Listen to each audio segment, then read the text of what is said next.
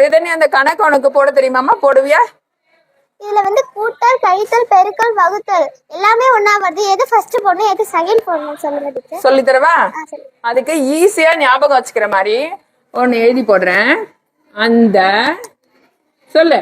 அந்த வள்ளல் வள்ளல் பெயர் பெயர் கூட கூட கர்ணன் தானே.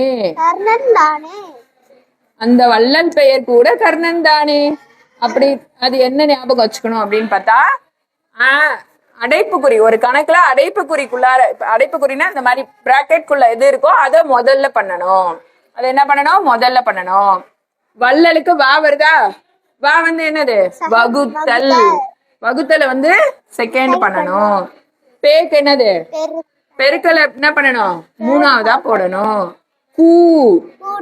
கூட்டல். கூட்டல நான்காவதா போடணும். கர்ணன் கழித்தல். கழித்தல ஐந்தாவதா போடணும். இப்ப நமக்கு அடைப்புக்குறி இருக்கா? இல்ல. இதுல அடைப்புக்குறியே இல்ல. அப்ப ஃபர்ஸ்ட் எதை போடணும்? இல்லம்மா, அது இல்லன்னா அடுத்தது இதுதானே பாரு. 24 கூட்டல் 2 into 8 divided by 2 minus 1. First எதை போடணும்? வகுத்தல். இப்ப 24 கூட்டல் 2 பெருக்கல் 8 வந்து 2ஆல வகுத்தா ஆன்சர் என்ன வரும்? 8க்குள்ள எத்தனை 2 இருக்கு?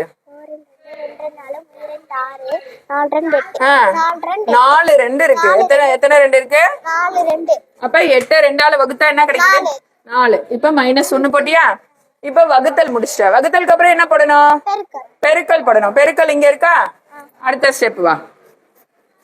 24 கூட்டல் 4 பெருக்கல் 2 2 பெருக்கல் 4 4 பெருக்கல் 2 எவ்வளோ?